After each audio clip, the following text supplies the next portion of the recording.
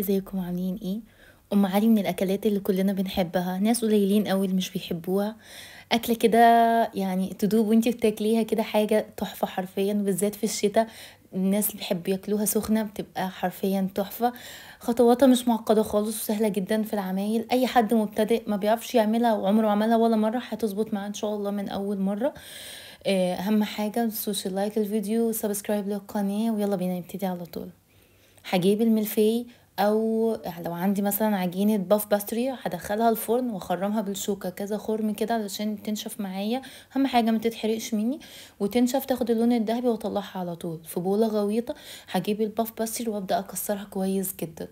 ممكن في الخطوة دي نستخدم باف باستري جاهز زي ما انا استخدمت، ممكن تستخدمي اللي هي عجينة الملفي يعني، او تستخدمي الباف باستري العجينة وتعمليه انتي، او تعمليها بالجلاش وتحطيه في الفرن برضو. ليها طرق كتير على حسب انتي بتحبي ايه. كسرته كويس قوي وهبدا احطه في الطواجن. هوزع بقى الكميه اللي انا عايزاها في الطواجن على حسب كل واحد بيحب ايه. في ناس بتحبها تكون مغطيه لغايه اخر الطاجن كده، في ناس بتحبش كميه كتير تحب اللبن اكتر، في ناس تحب تزود اللبن وتقلل الملفي او تكتر الملفي وتقلل، على حسب يعني انتي بتحبي ايه. هكون بقى بغلي الحليب على اللبن اللي هو الحليب. فبكون بغلي الحليب كويس، هحط عليه نص كوبايه سكر، وعلى حسب برضو التحلية اللي انتي بتحبيها، بس انا بحس ان التحلية كده مظبوطة. وعليها معلقة فانيليا.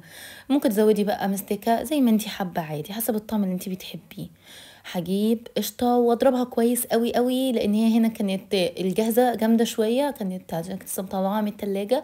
بس لو عندك قشطة بلدي عادي جدا يستحسن، كمان قشطة البلدي بتبقى حلوة. طب ما عندكيش قشطة او ما بتحبيش طعم القشطة عايزة تعمليها بكريم شانتيه، طبعا عادي تتعمل وسهلة جدا. تعملي الكريم شانتيه وتاخدي بالك لو كان في سكر او محلى، تبقي واخده بالك وظابطه السكر بتاع ام علي نفسها اللي انتي بتعمليها يعني الخليط بتاعك، وتعملي تضربي القوام وتحطيها وتفرديها زي ما انا فردتها كده. هديها رشه سكر بودر وادخلها على الفرن على طول على الشوايه من فوق، تاخد اللون الذهبي المقرمش الحلو اللي احنا بنحبه دوت. وبس كده. طبعا بضيف معاها مكسرات من جوه على حسب المكسرات اللي انت عايزاها، عايزه تحطي سوداني، عايزه تحطي زبيب، بتحطي اللي انت عايزاه. ويا رب تكون عجبتكم. لو كنتم وصلتم للجزء دوت في الفيديو فشكرا جدا، متنسوش تعملوا لايك للفيديو واشتراك للقناه عشان بعد كده توصل لكم كل فيديوهاتي الجديده.